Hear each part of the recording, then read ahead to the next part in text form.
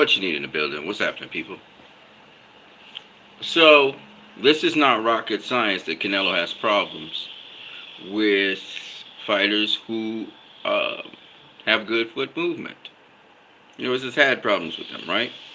There's Landy Lara, Floyd Mayweather, uh, Dimitri Bivol, uh, Caleb Plant, Billy Joe for rounds 5 and 6 when Billy Joe is actually moving, changing levels, doing that kind of thing, right? So, this is not rocket science. However, there are people out there with this narrative that, the Bivol was too big and Canelo can't deal with that weight class. But I've listened to Sean Porter on his telecast and his friends. I've listened to my boy, Blue Blood Sports TV. They don't buy that. They don't buy that Canelo was too small for that division. I myself don't buy that either. I've seen other people apologizing. Nas is trying to push that narrative. My boy, Joe Habib, at first, he didn't buy the narrative. And then when Coach Williams came on, he bought the narrative. It's bullshit. It's a bullshit narrative. And just to make the point clear, if Dimitri Bivol decides to go down to 168 and fight Canelo at 168, which is Canelo's supposed natural weight class. Never mind, Canelo could make the weight for 175. Okay, he made weight for 175. Okay, unlike some fighters like Pacquiao and Mayweather and Marquez, who could not make the optimal weight limit for super welterweight. Okay, super welterweight is 154, and neither of those guys could fully make 154. Now that's totally different. That means you maxed out. You can't go any heavier. You have to either wear a coat or some clothes on or fill your pockets with coins like Sugar Ray Leonard did to actually make weight. Canelo has not maxed out in making weight yet. And if you ask me, even though I know Canelo is really a natural 168 pounder, if you ask me, Canelo can go all the way up to cruiserweight. That's pushing. That's going into a weight class where you can't make the maximum weight. Okay? So anybody else talking about, oh, he was too small for 170. He wasn't too small for Kovalev. He wasn't too small for Kovalev. Well, it wasn't the crusher that faced him. It don't matter. Kovalev is a 175 pounder. And a big one at that. Okay? And Canelo could not fought him and knocked him out. He knocked out a 175 pounder. So what are you talking about? He's not a 175 pounder. Okay? So that's not even remotely an issue.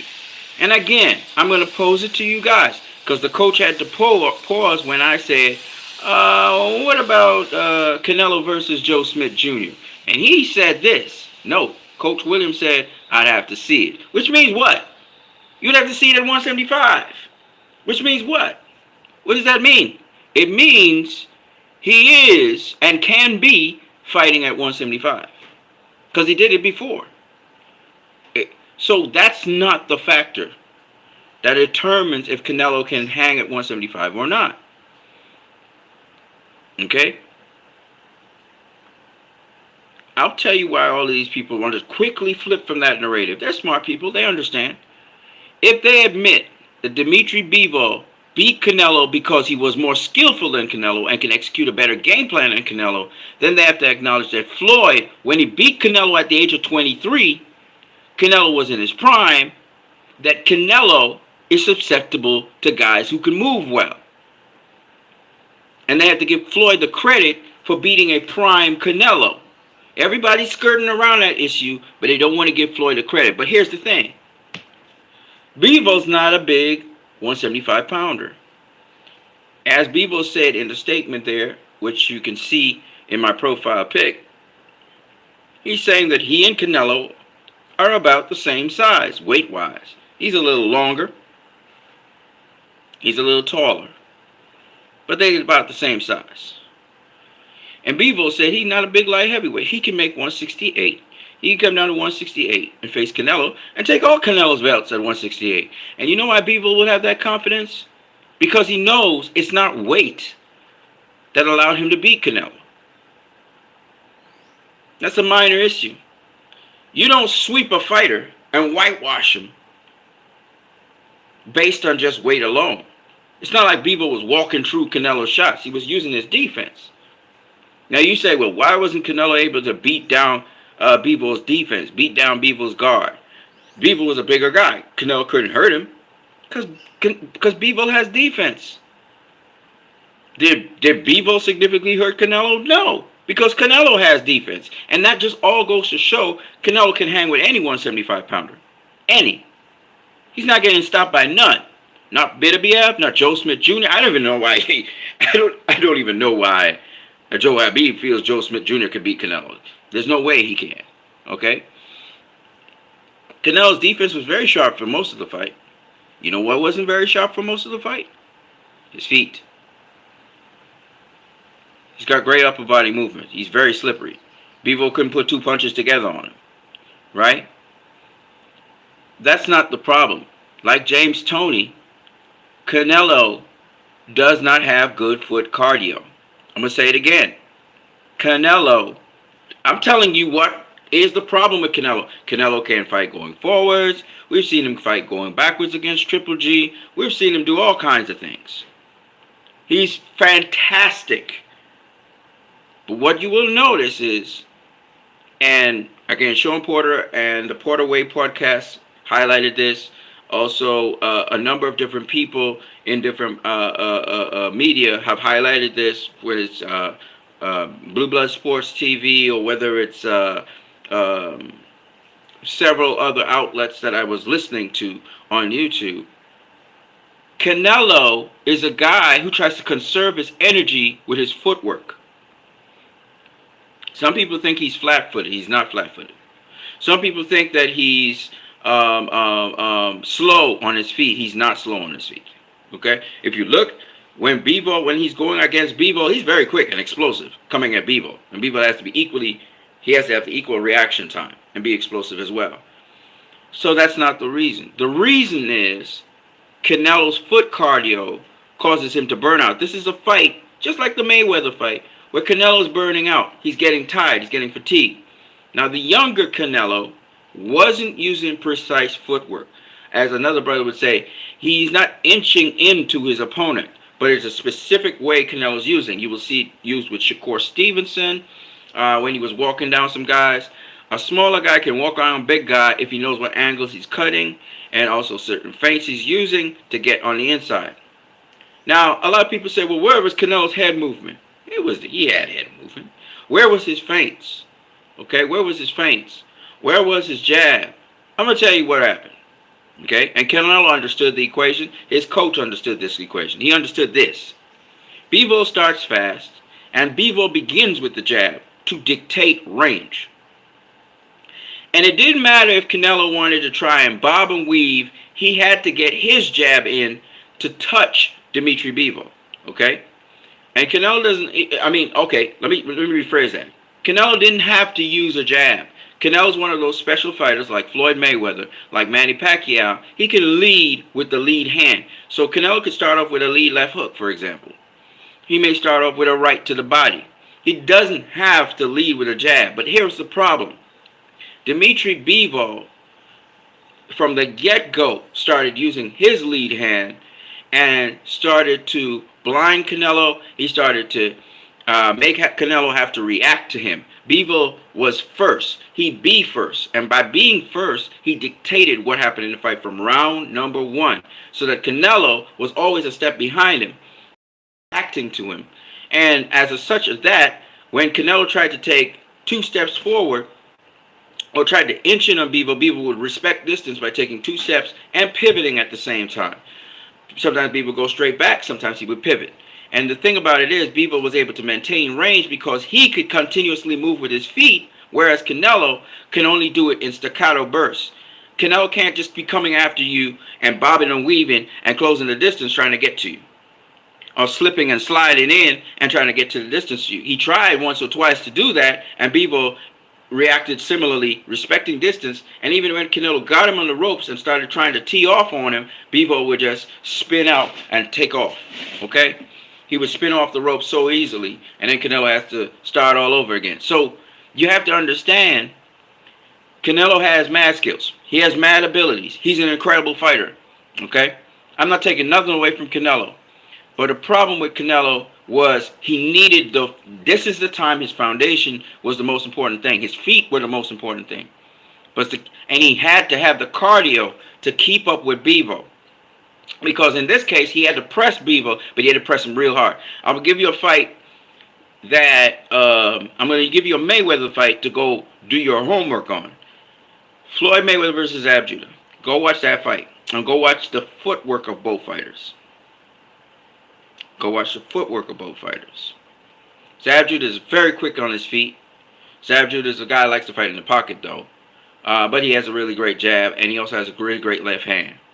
Watch how Floyd closed the distance on Zab, how much risk he had to take to close the distance on Zab, and then get his body shots off. You can't land body shots from outside. You got to get up close to a guy to land the body shots. And if the guy is being defensive, if the guy is being extremely defensive, there's no openings. So you can't really land nothing. Okay? So you have to understand that Bivol is a very cerebral fighter. They call him the new school fighter. I just noticed that in a video. He's called new school. And new school because Dimitri Bivol basically feeds off principles and boxing methods which are new, but yet they're old. Okay? New in the sense that a new school fighter doesn't always look for the KO. A new school fighter is not always looking to throw heat all the time. Okay? Now that's not true. It's not true for all, it's basically it's Mayweather's kind of style or Pernell Whitaker kind of style of fighting. Okay, where I'm gonna beat you. You're gonna the judges, everybody's gonna know I beat you, but it doesn't necessarily mean I'm looking to knock you out. Okay?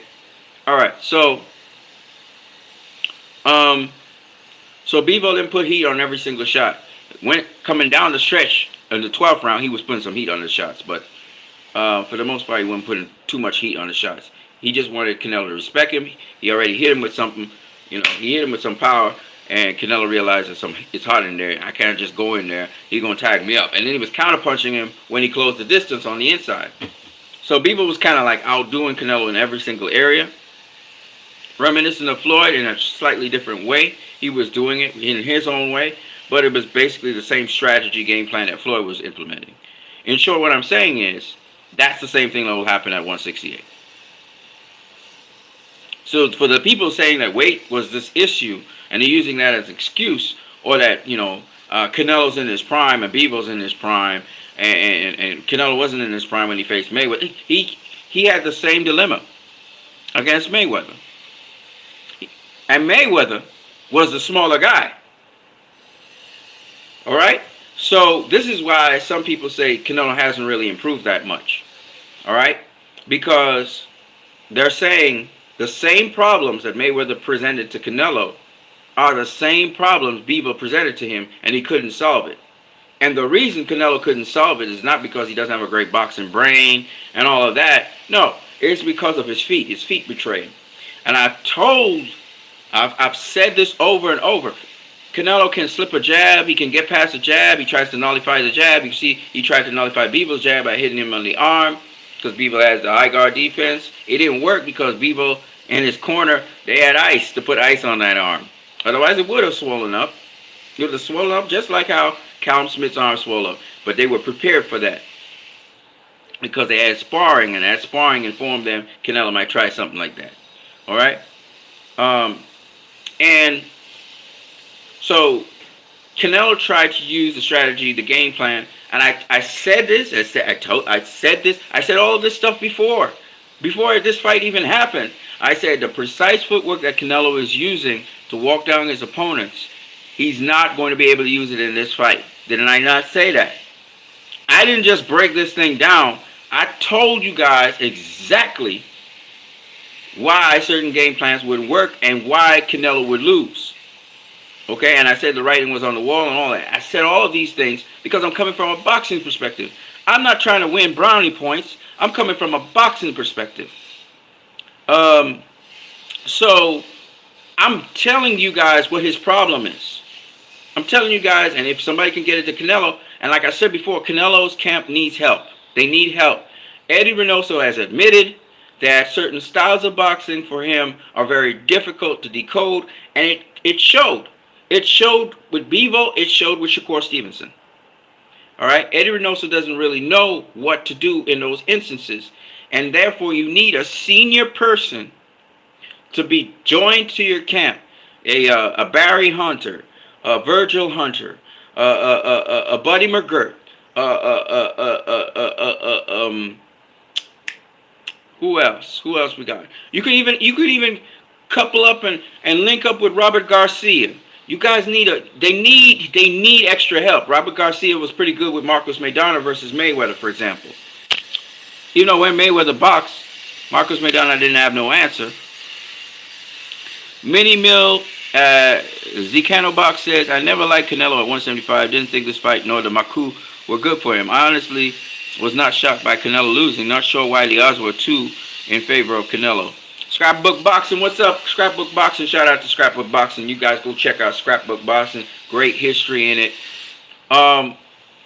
Don't forget to smash the like button, guys. You do me a favor by doing that.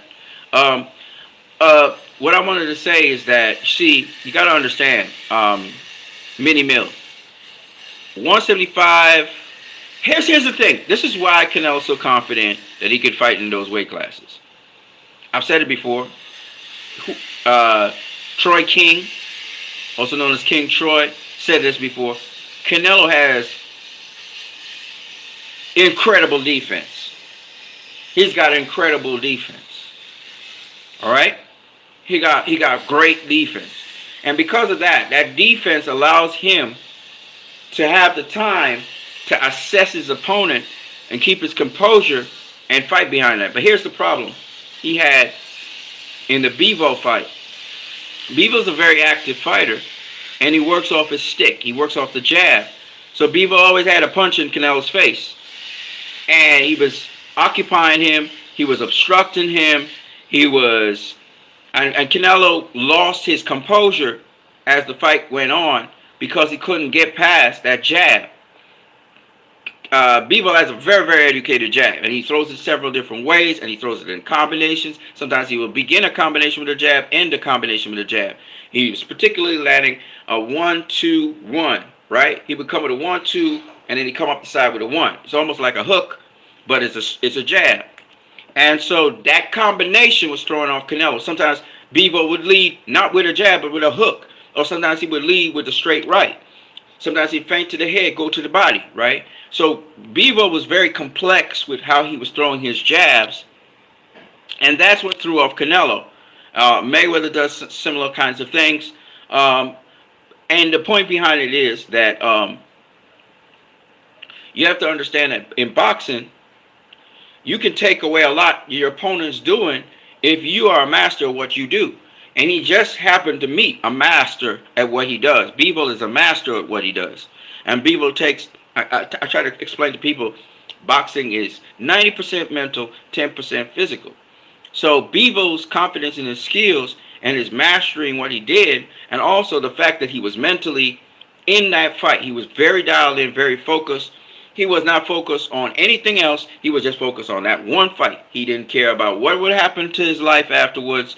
The world stops, and his focus, his complete focus, was on the fight. And that's how you become a winner. Okay?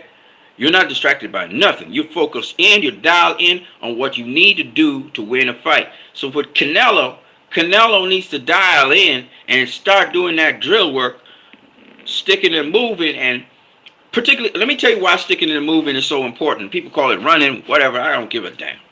Sticking and moving is one of the most important things in boxing because it gives you foot cardio. Besides the road work, which is cool, but you're running in one direction. Sometimes you run backwards. But for the most part, road work gives you a little bit of conditioning and stamina. But now, new school, we don't even use road work no more. We run drills. There's certain drills you can run to get that stamina up, and sprints. But besides that, there's nothing better than actually boxing and boxing off the back foot. Boxing off the back foot burns a lot of energy. You need a lot of energy to box off the back foot. And you need to practice all the different kinds of boxing off the back foot. You need to practice shuffling off the back foot. Okay? shuffling off the back foot. He need to practice bouncing off the back foot and jabbing.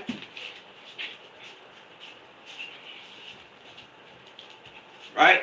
Bouncing off the back foot. He need to practice pivoting off the back foot. Pivoting off the back foot. Shut up! Shut up! Right? He got to practice sliding off the back foot. Okay? All right? And then all the upper body movement stuff that he put in, he need to put that in there. And he need to do 15 rounds of that 40 times. And then he go into sparring, and you get like, you spar, do 20 rounds of that. Sparring off the back foot. Why? Because your quickness off the front foot, and your agility off the front foot is all built off of the quickness off the back foot. See, when I listen to casuals and I listen to all kind of people talk about stuff they don't understand, it really annoys me. Okay? Coach Eric Bradley would tell you, one of the most important things in boxing is fighting off the back foot. You want to become a better pressure fighter? Learn to fight off the back foot, because you're going to integrate that into your pressure fighting. I'll explain. So here I am. I have my two guard. I'm coming at you. Right? I'm bobbing and weaving. I'm slipping and sliding. You know? Right? I'm slipping and sliding. I come in here. Now, at this point where I got you, I start to jab and I start to pivot off the back foot. Okay? I start to put in my back foot boxing, because I want to draw you in to me so I can counter you. So you have to understand how important that is in boxing. Boxing off the back foot. Okay? And you have to learn how to, what's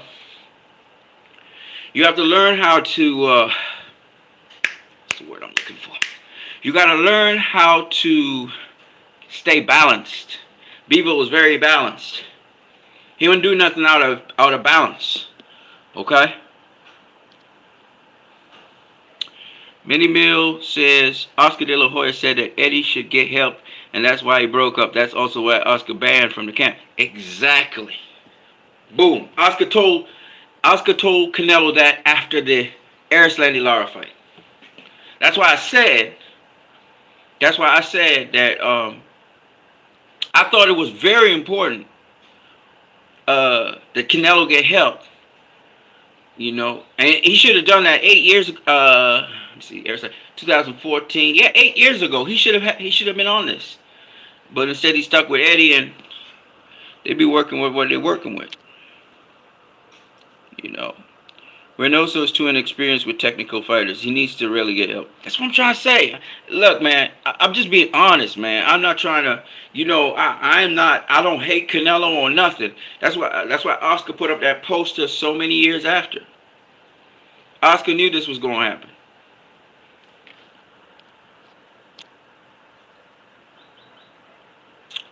Minnie Mill says, what you need, great breakdowns and analysis always. Yeah, man. Big brother in life. What's up, bro? What's up, big brother in life? You know.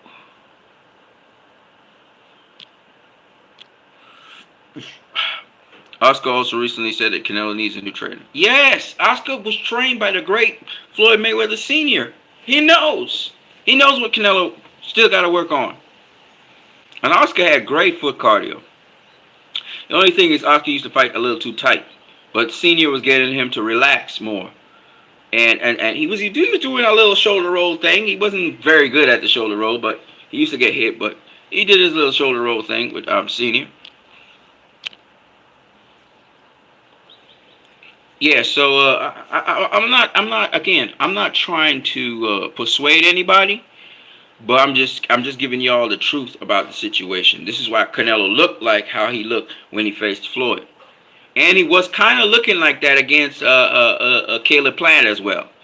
And Caleb Plant, he got more of the Mayweather shoulder roll thing going on. Big Brother in Life says he also openly said that Afro-American style is very difficult. And yes, it's a difficult style, but it can be defeated with proper game plan. No style is really truly difficult. No style is really truly difficult. Like you said, once you have your opponent in front of you and the fight is on, you form a game plan for that opponent. Even Mayweather's style can be broken. You know what I'm saying? Mayweather's style can be broken.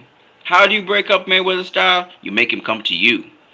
And remember, it's a mental thing. So you want him to come to you, but not only come to you, you want him to feel confident that he's succeeding at what he's doing and it's easy. And like Marcos Maidana, in the third round of the second fight, then you unleash your plan. And you let him have it. Like I said before, you got to have certain skills on the table and stuff, but this is the most important part of boxing. This is the most important part of boxing. See what I'm saying?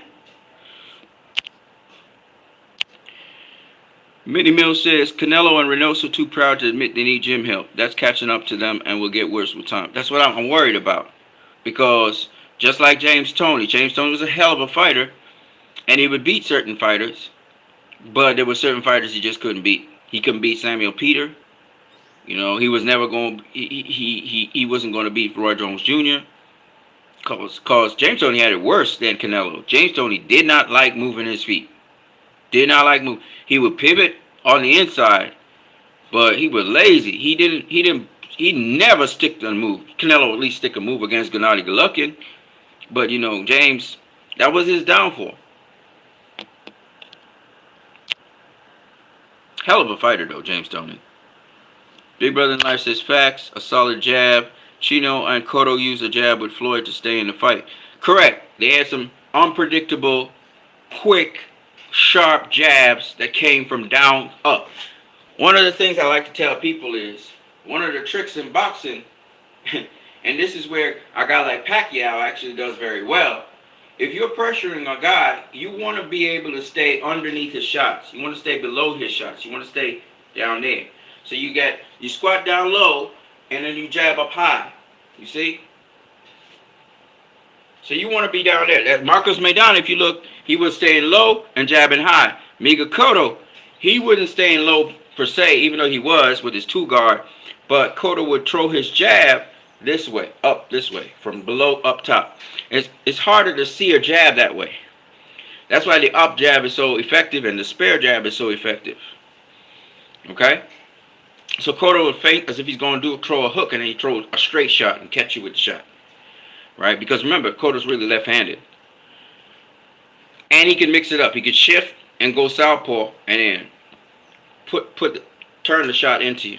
So Cotto was a really interesting guy. He had a little nuance to his game.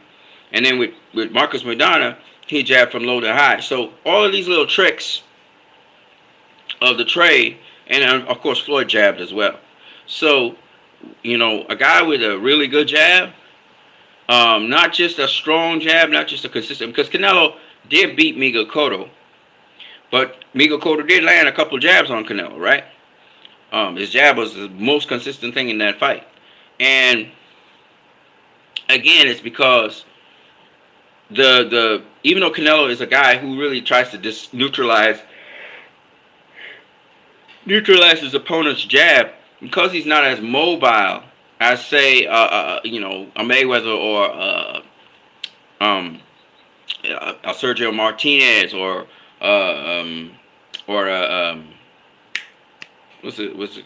Bivol, right? Because he's not as mobile, he can't get that angle he really wants, and he can't get close enough to do what he really wants to do, to really disable the jab.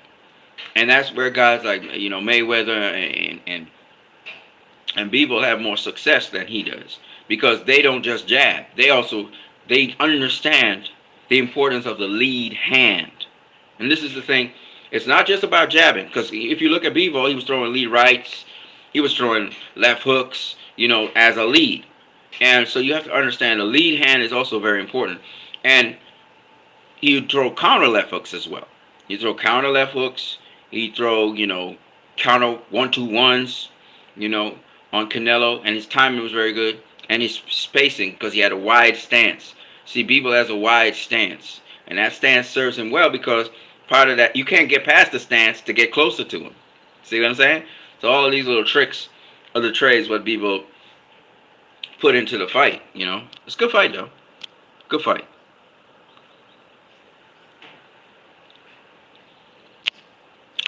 What type of boxing style is Salvador Sanchez having? Why did he bounce and bob and weave so much? So Salvador Sanchez was more of an outboxer than an infighter, but he could fight on the inside. Salvador Sanchez remind me a little bit of Carlos Monzon. Monzon could do a little bit of everything, but really his real thing was the jab on the outside. And I think Salvador Sanchez was pretty much the same thing in my opinion.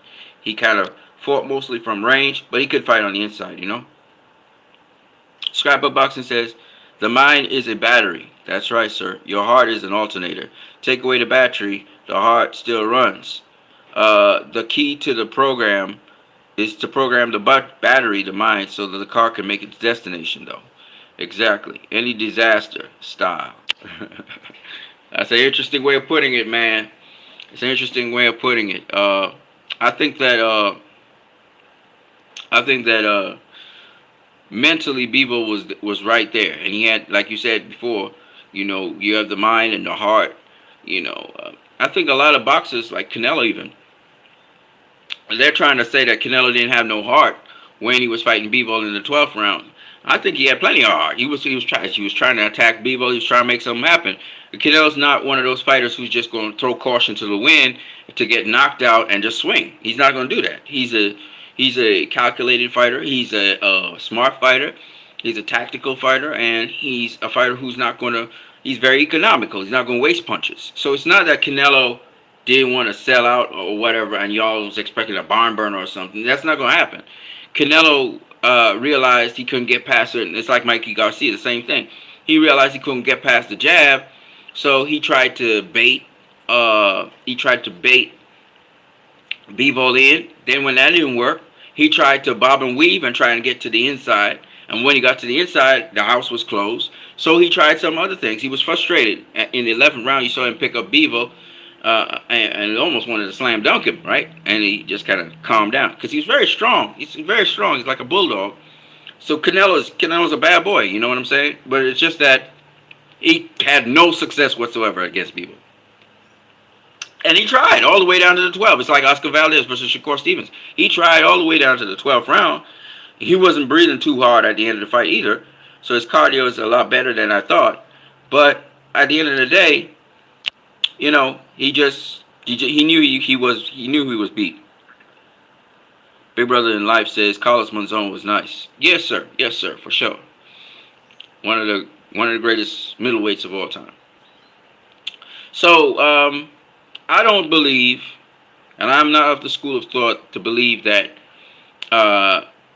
by getting Bivol down to Canelo's ideal weight, as they call it, because he's undisputed champ there, that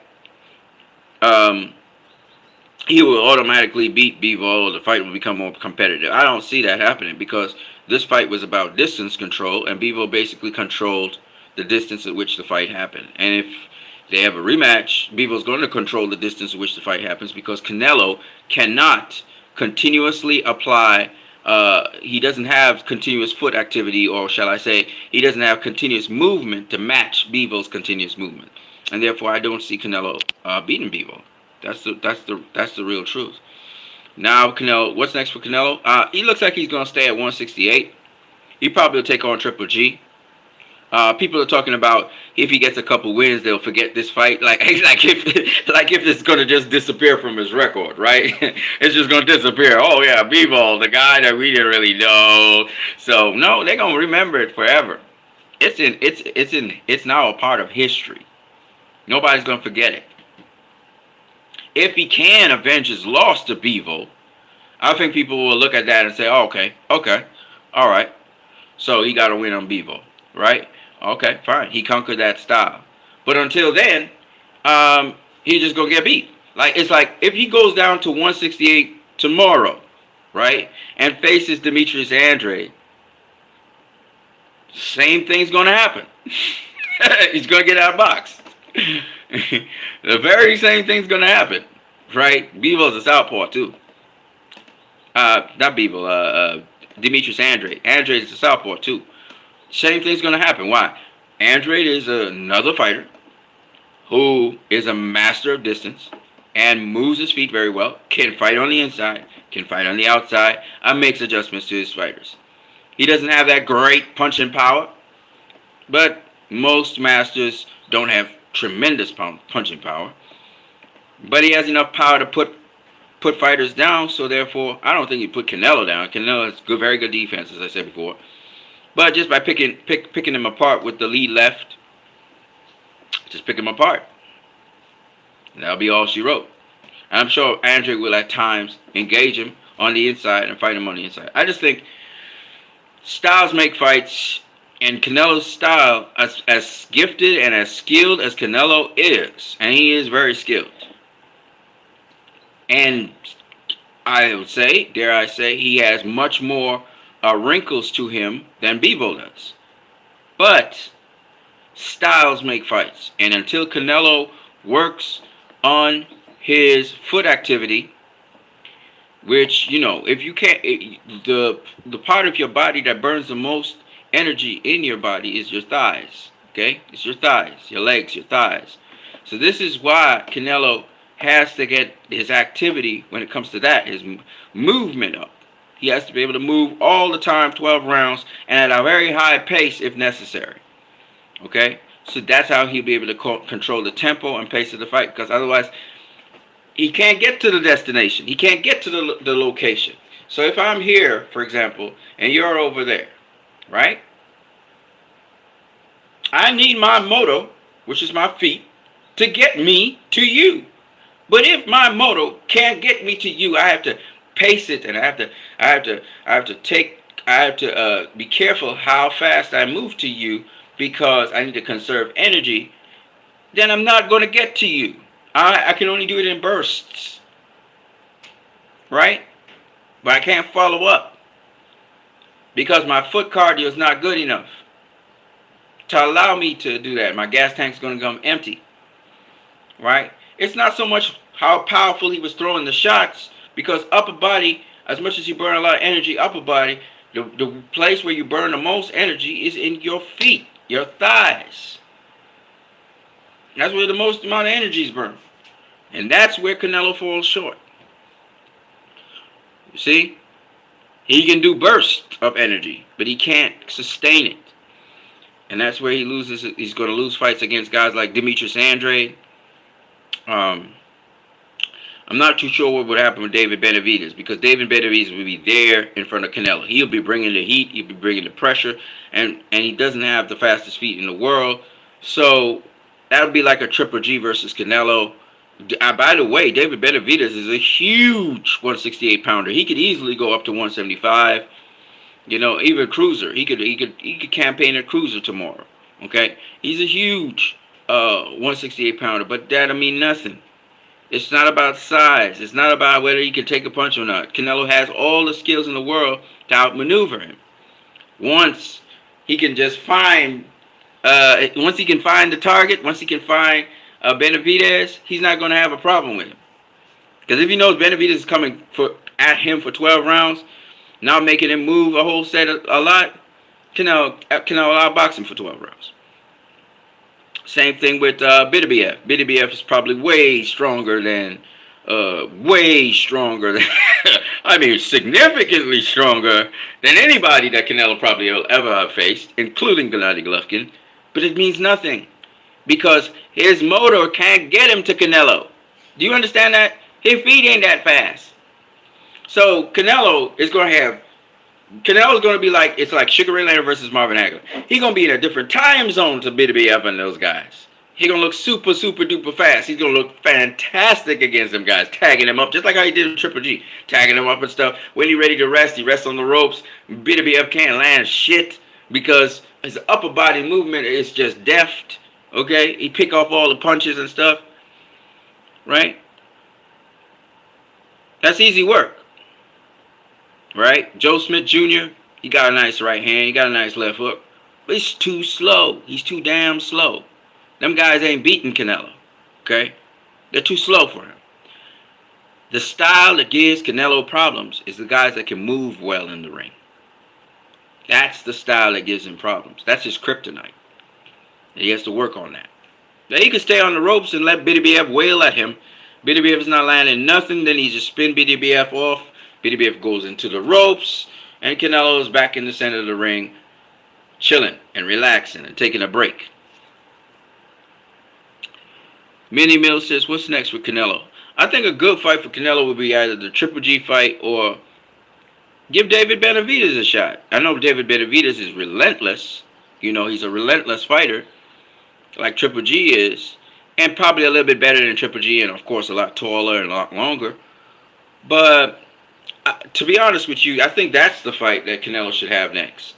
Now, I don't know. He has a contract with DAZN for 3 fights, so it's probably going to be Triple G, which is the next fight. And Triple G would obviously take comfort and encouragement from the fact that Canelo just lost his fight against Bivol. And I'm sure he's going to try and take some tips from Bivol. But the problem with it is Triple G don't have that foot speed either. He's slow. And he's gotten slower. So, I mean, he's tough. He's a tough guy. I mean, he's very, very tough.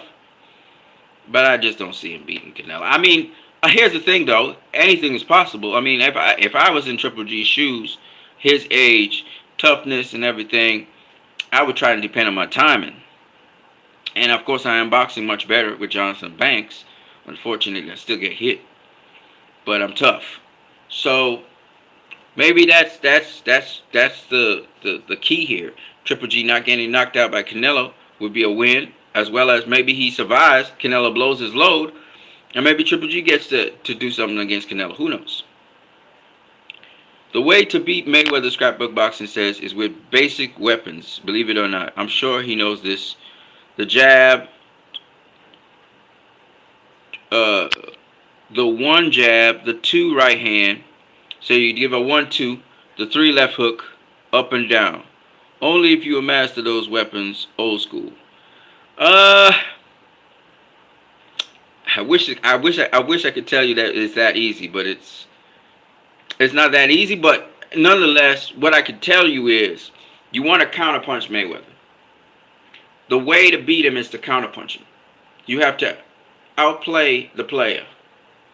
And you don't have to be a great boxer or none of that to do that. You just have to be smart. So if you're, let's say you are, Miguel Cotto did his most damage on Mayweather when Mayweather was coming to him. He busted up his face, he busted up his nose. Mayweather wanted to get back, and Cotto really he beat the snot out of Mayweather. And Mayweather was taking it. It didn't look that way, but 2-3 rounds down the road, the wear and tear started to show on him. It's chess, not checkers, right?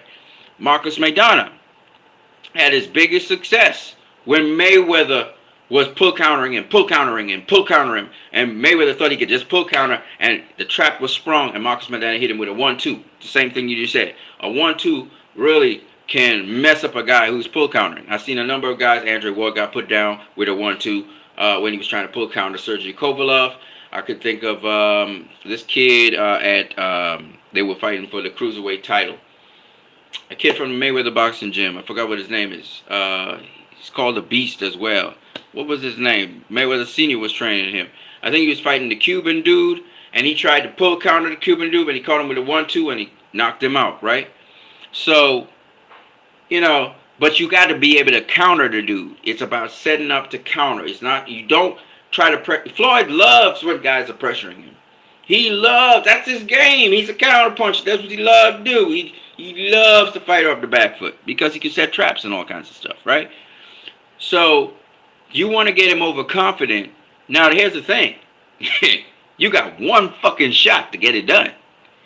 You don't get it done, that motherfucker is going to adjust, and then he's going to get you back. Because he plays the long game. But Shane Mosley against Floyd Mayweather. Mayweather was walking into Shane Mosley, walking his ass down, walking him down, because Floyd was decided, I'm going to be the offensive guy this fight. I'm going to beat your ass up. That was his plan. That was the game plan. Didn't respect distance. And Mosley hit him to the gut. It was a 1-2, boom, boom, right? And he caught him with the right hand. And then, later on, when Floyd was trying to throw a left hook on Mosley, he countered him with a right hook. Always a counter. You have to counter Floyd. You're not going to get him any other way. You got to set it up, though. And you're going to get moments to hurt him. But you have to be able to play chess, not checkers. So when he makes the adjustment to that, you have to have something else up your sleeve. But the more basic you look like a fighter, especially if you have a good jab, of course, the more basic you are as a fighter, is the more he's going to underestimate you. And you have to count on that to get him to walk into your trap. You have to do to him what he would do to you. You have to trap set the trap setter. Just like how Bivol countered the counterpuncher. Canelo's an excellent counterpuncher, but Bivol had a counter for his counter. So it's these kinds of games you have to play with these kinds of fighters, these levels of fighters. And the more they can underestimate you, the better for you. Because it's all a mental game. It's all mind games.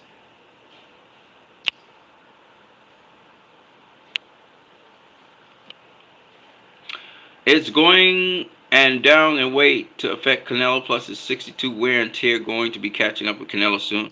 Canelo has wear and tear on his body for a while. I think he had a knee injury, all kinds of stuff. Canelo's at the end of his prime, actually, and y'all don't realize that, but he's coming to the end of his prime. He's been in the business now 17 years. So he's been around it for a while. So the wear and tear is obviously happening to him. Yeah. Scrapbook boxing. You have to use basic things. The basic 1-2, basic 1-2-3, or the basic 3 if you got a little bit more skill. Because the more knowledge you have of the lead hand, the better it's going to be for you. Because the lead hand is everything in boxing. The lead hand is what determines who's in control of what fight.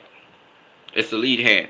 And the lead hand could be a jab, it could be a hook, it could be a right hand, it could be a right hook. It's whatever you lead off of, and it depends on the situation. You will lead off of one hand or the other.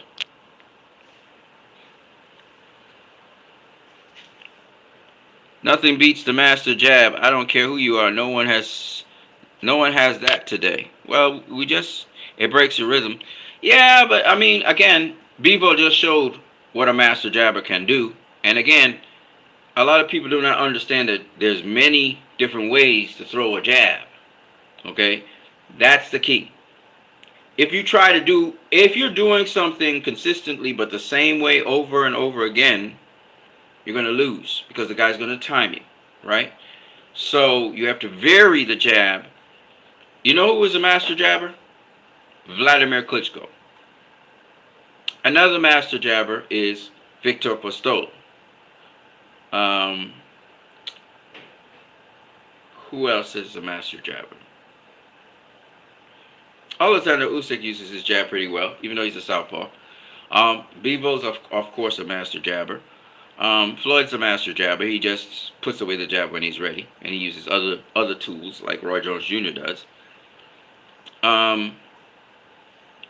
So it depends, but you have to, there are different kinds of jabs for different things. So it's a lot to the jab. There's a lot to the jab, right? And I think David Benavidez is learning all these different things, and then you have to learn how to throw them and throw them well. So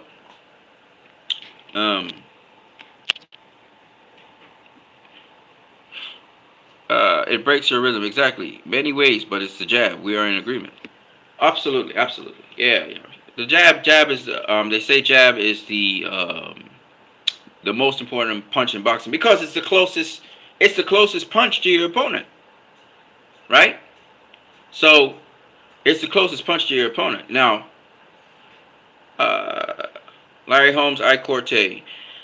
Corte threw a hard jab, but I wouldn't say that he was better than Larry Holmes. Larry Holmes varied the pace, the speed of the jab.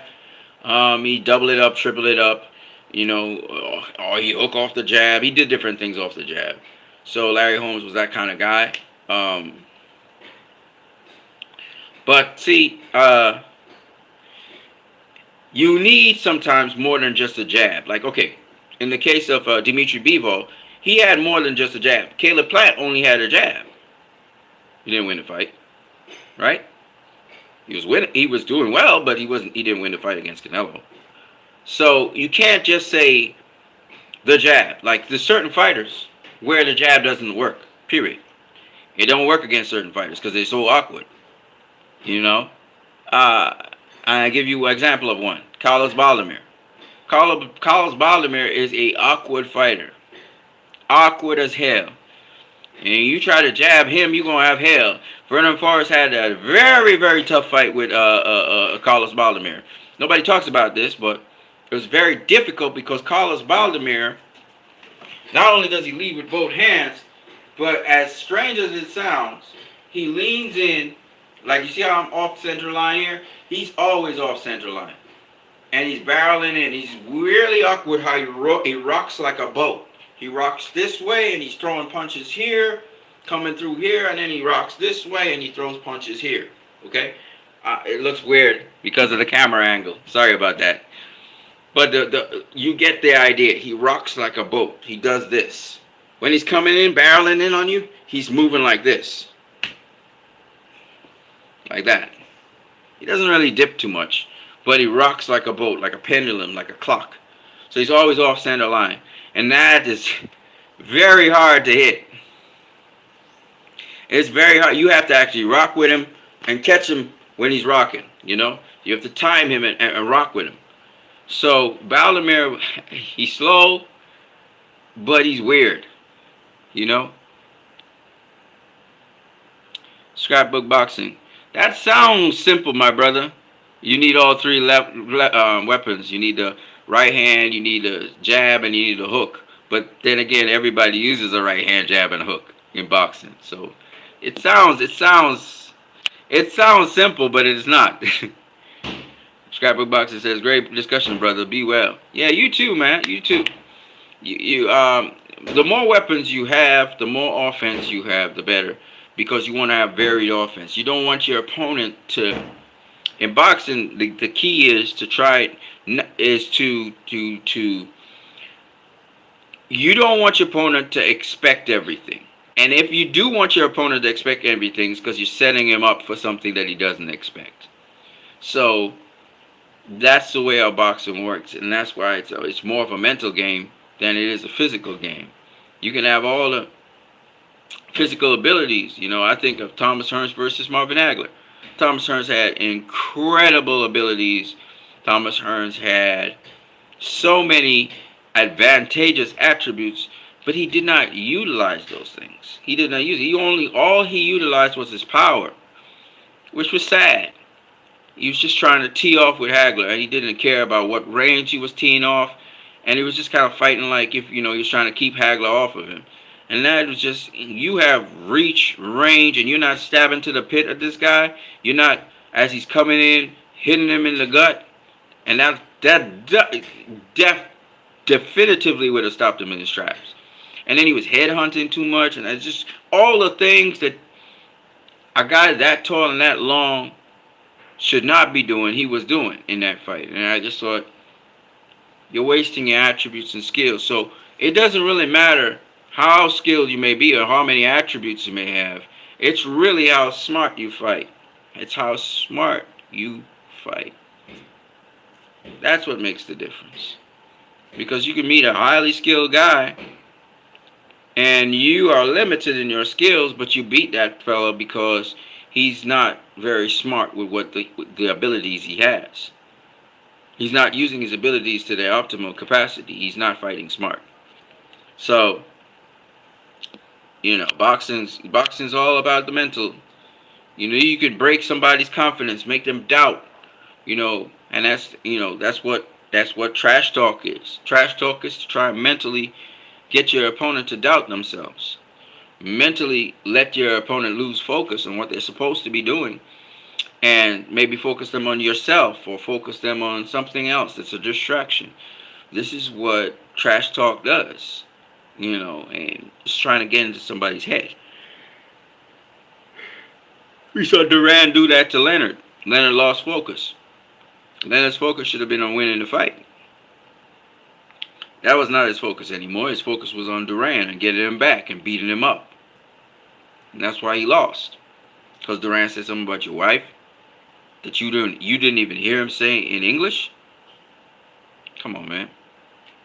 So, anyways, styles make fights, and I believe that Bivol would beat Canelo at 168, showing that it's not that Canelo doesn't belong at 175.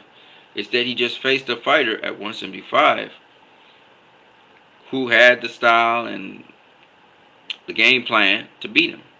And he did. And he will again, unless Canelo works on his foot movement and his foot activity and getting that in order, which, you know, it could take a little while to do. And again, all the nuances and all his upper body movement with that movement and all those kinds of things that will accompany that, make it so that I think he needs an additional trainer to help him with that. I truly believe that, but it's really up to him and his camp and his trainer Eddie Reynoso to make that decision. So anyway, what you need, just said I would put down this video because I think it's a worthwhile video for all and again just to disprove the nonsense and excuses out there. Because if you say, oh, it was just too big a weight, he was just too big, okay, so he's too big. So when you go down now and you get beat by Demetrius Andrade, what you gonna say now? What's your excuse? You know, no, man, don't do that. Don't do that. It's a style, and for you to get better, you have to work on your game. You know, you have to work on your game, and if you work on your game, then you'll avenge all the losses or anything. You know, you will avenge what you need to avenge, and you'll beat who you have to beat. But you can't make excuses and you're not making changes, right? Way back then, Canelo said Erislandy Lara ran. What would have happened if he behaved like a true champion? What would have happened if he had said, man, Erislandy Lara was a stiff competitor. He was tough. But, you know, we got the W, and we got to do some work to make sure that doesn't happen again. If he had said something like that, been honest, that's what we're looking for. We're not looking for he ran. What you telling me when you say he ran? Why didn't you catch him? What are you talking about? He ran. Erislandy Lara said, let's run it back again. Why didn't you run that back again? Why didn't you go into the lab, do that due diligence and do homework, and run it? Now you can run it back again. Now you lost to Bivol. You want to run it back again and get your ass beat again? Because that's all that's going to happen. You're going to get beat again. You're going to get beat again. And Bivol has the confidence to come down to 168 and beat your ass if necessary. He'll beat you. Okay? Everybody gets caught up in power. Oh, Canelo was knocking out the guys left, right, and center. Oh, he couldn't do that to Bivol, so that's why he lost the fight. No, that's not the reason. Even though that's true, he didn't knock out Bivol. But the truth be told, he couldn't touch Bivol. He couldn't touch him. Period. Couldn't touch him. He couldn't do what he did to Caleb Plant, where he stiff-armed Caleb Plant and landed those body punches. Why? Because he couldn't close the distance. Bivol wasn't allowing him. He had a hand in his face all the time. All right? So, ultimately, at the end of the day, boxing is a sport where, it's not just about size. It's about skills and game plan and the mental approach to the fight. All right? People want to say Bivol was too big. No, he was 183. Canelo had to be somewhere between 175 and 180. Bivol might have been heavier by about 2-3 pounds. Bivol wasn't much bigger than Canelo. So, at the end of the day, Canelo needs to make adjustments to his game so that doesn't happen again. Just like with Manny Pacquiao. Y'all say, oh, Manny Pacquiao was old when Dennis Ugas beat him. No. That wasn't the reason why he lost to Dennis Ugas. Dennis Ugas borrowed a really good game plan, the Mayweather game plan, and used the same Mayweather game plan to beat Pacquiao. So all this talk about Pacquiao would beat Mayweather if they faced each other again. No, that's not true. He can't solve. He can't solve when Ugas used the same game plan. It's the same game plan Ugas used to beat Pacquiao.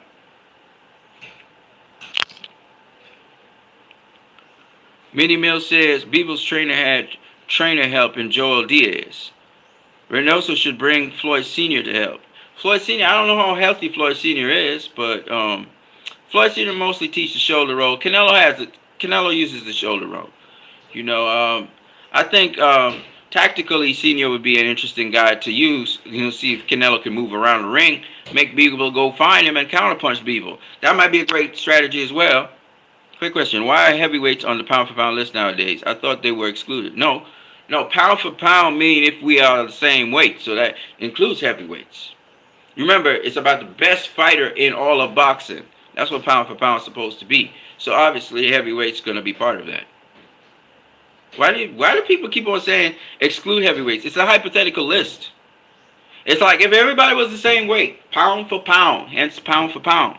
If everybody was the same weight and it was facing each other, who would be the best boxer? That's what it is. Okay? So, of course, Tyson Fury can be on the pound for pound list. I never understood. Mike Tyson was pound for pound number 1 in the world back in 1989 by the Ring magazine. So, heavyweights have been on the pound for pound list. I don't know why people keep on saying they're not. When you think of the top pound for pound fighters in all of history, Joe Louis is in there. Muhammad Ali is in there. I mean, this ain't rocket science. So the greatest pound for pound fighters in all history, you have heavyweights in there. I don't know where somebody came up with that weird ideology. Heavyweights can't be in the pound for pound list because they're the biggest. That has nothing to do with it. It's a hypothetical list. So at the end of the day, it's heavyweights will be included in the pound for pound list. I don't know where people came up with that weird ideology that heavyweights can't be in the pound for pound list. Right? It's hypothetical.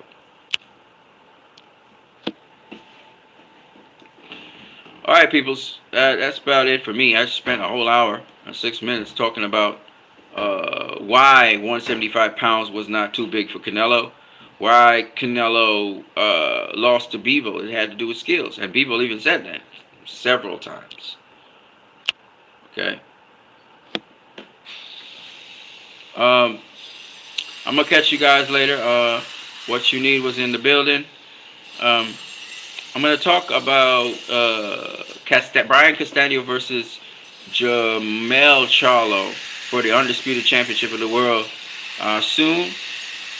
I got to go outside, take care of some business, take care of some plants and stuff. And I got to do some other business online. But I wish you guys a great day, man. It's been good talking with you guys. And I love talking boxing with you guys. I'm not an authority on boxing or anything. I'm just a fan. I'm just a guy that do boxing. But I listen to what the fighters say.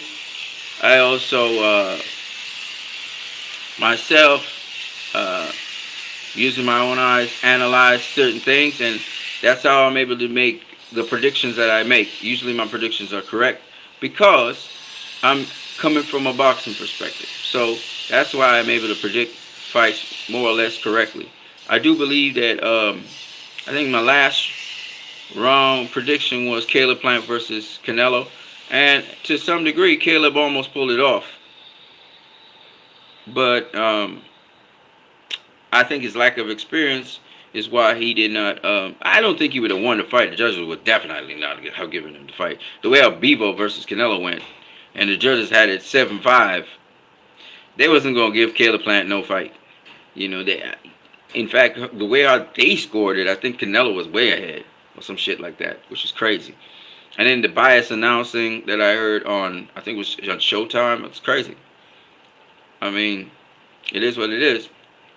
BT Sports added much more how I saw it. And it's just what it is, I guess.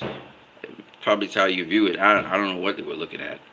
But I thought Caleb Plant was... I made another round prediction. I think I made 3 round predictions in the last couple of years. One was Tyson Fury versus Vladimir Klitschko. I thought Klitschko was going to win. Tyson Fury beat his ass, and I mean soundly. And the other one was that I got wrong was trying to remember.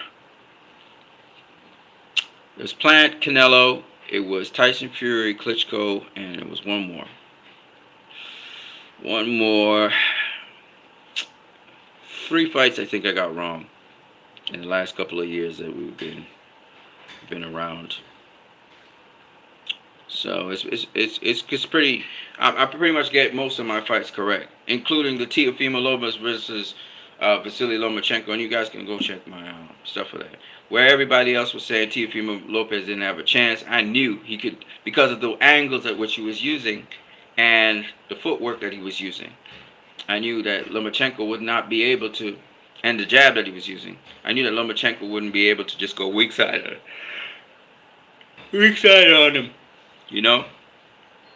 So I was able to predict that one. Kambosos versus Teofimo Lopez. I don't think I actually outright did a prediction for that one, but I did say Kambosos looks like he's zoned in.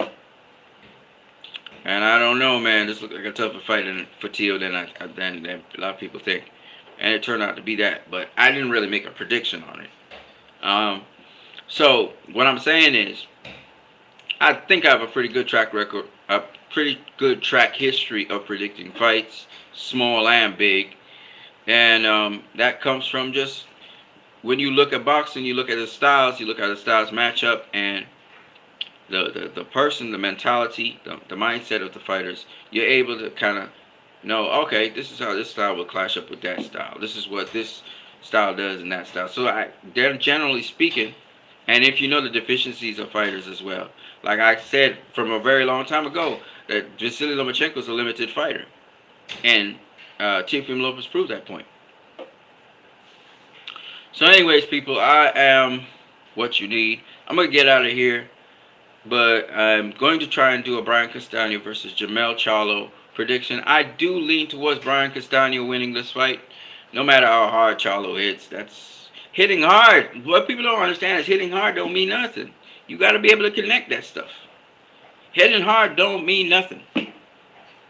You can hit the pads hard, but can you do that in a fight? Can you land on a guy in a fight? You know, so, you know, I lean towards Castaneda in this fight, this rematch. Castaneda was the guy that I thought won the fight, the previous fight, and I think he's only going to emphatically show that he's going to pull through on this one. I think Jamelle is a fantastic fighter, but I truly believe that Jamelle, he swings and misses so much, trying to put power into his shots, where I really hope that Jamelle will try to dial back and just use more boxing, and the knockout will come. If you just box a guy, you should learn something from Bivol versus Canelo. You just box the guy. You always want to look for the spectacular knockout. Okay, well, look for your knockout. But there's some guys you're just not going to be able to knock out. That's just what I think. That's my opinion. I'm going to put a proper prediction down. I will look at their styles again. I don't know why I'm looking at their styles again. I think I know what their styles look like. But I'm going to go take a look at their styles again. I probably won't change my prediction. I think it will still be Castaneda who will win. And I hate to say that because I really like my boy Charlo. I love his mentality. I love the fact that he likes to smoke and everything. But I think that Castaneda brings something else to the table. So we will see. Castaneda's style is very difficult. It's a very difficult style. The fact that Charlo even landed in the 10th was kudos to him on that. But I think Castaneda made a mistake in the 10th, and that's why he got caught. But we'll see. I don't know. I'm going to go back, look at them, just to say I'm looking at them, just to see what if there's anything different. And who knows? I mean, Charlo came back from Tony Harrison fight, and he caught Tony Harrison. Castaneda don't make them kind of mistakes, though. So, I don't know. We'll see. But what you need, I had to bust a yarn. You know how these things go. We'll catch you guys later. Peace.